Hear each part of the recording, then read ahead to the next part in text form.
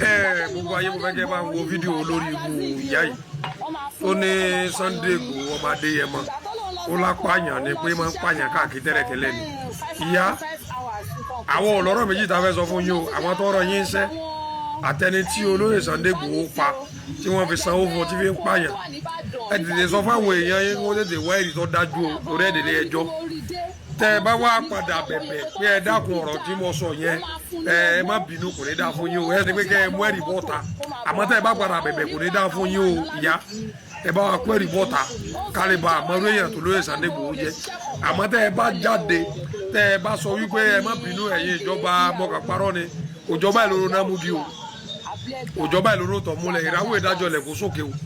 ètí mo bá sọ lónìí ká rọrọ mọ ìyá ẹ padà rìn wò káàkiri gbogbo àgbáyé ni o bó ṣe rí nù òfolomi ẹ̀fọ́ ṣe ojú bẹ́ẹ̀ lọ. ìgbà tẹ́mi mọ Sunday Igboho nílùú Ìbàdàn azazin ni o wọ́n máa fún lówó kókó lọ pààyàn ni ìgbà tó lòun lọ sóko òun lọ ṣiṣẹ́ kan for 5 hours nǹkan kan fẹ́ lọ síbẹ̀ kò lọ síbi ọ̀dọ̀ àwọn bandits o ẹgbẹ̀gbẹ́ oko tó wà ní Ìbàdàn níbi àdúgbò ẹ̀ ibẹ̀ ló lọ o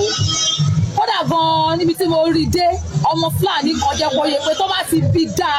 òun máa fún ní owó mọ́tò tí ó bá lówó mọ́tò kó máa bọ̀ wá bá wọn àwọn ò ní pa àwọn máa ná lálùkì ni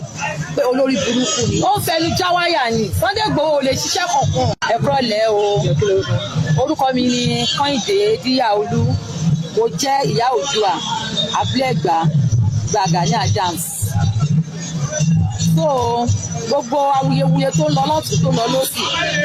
àfẹ́ bá wọn dá sí tẹ́lẹ̀ tó dàbí ẹni pé ti Sunday Igboho yẹn ó ti ń pọ̀ jù ìgbà tẹ́mi mọ Sunday Igboho nílùú Ìbàdàn azazin ni o wọ́n máa fún lówó kókó lọ pààyàn ni ìgbà tó lòun lọ sóko òun lọ ṣiṣẹ́ kan for 5 hours nǹkan kan fẹ́ lọ síbẹ̀ kò lọ síbi ọ̀dọ̀ àwọn bandits o ẹgbẹ̀gbẹ́ oko tó wà ní Ìbàdàn níbi àdúgbò ẹ̀ ibẹ̀ ló lọ o kódà gan níbi tí mo rí dé ọmọ Fúlàní kan jẹ́ kó yẹ pé tó bá ti bí dáa òun máa fún ní owó mọ́tò tí ó bá lówó mọ́tò kó máa bọ̀ wá bá wọn àwọn ò ní pa àwọn máa ná lálùkì ni pé olórí burúkú ni ó ń fẹnu já wáyà ni Sunday Igboho lè ṣiṣẹ́ kankan òun náà fẹ́ ní followers nǹkan tó ń ṣe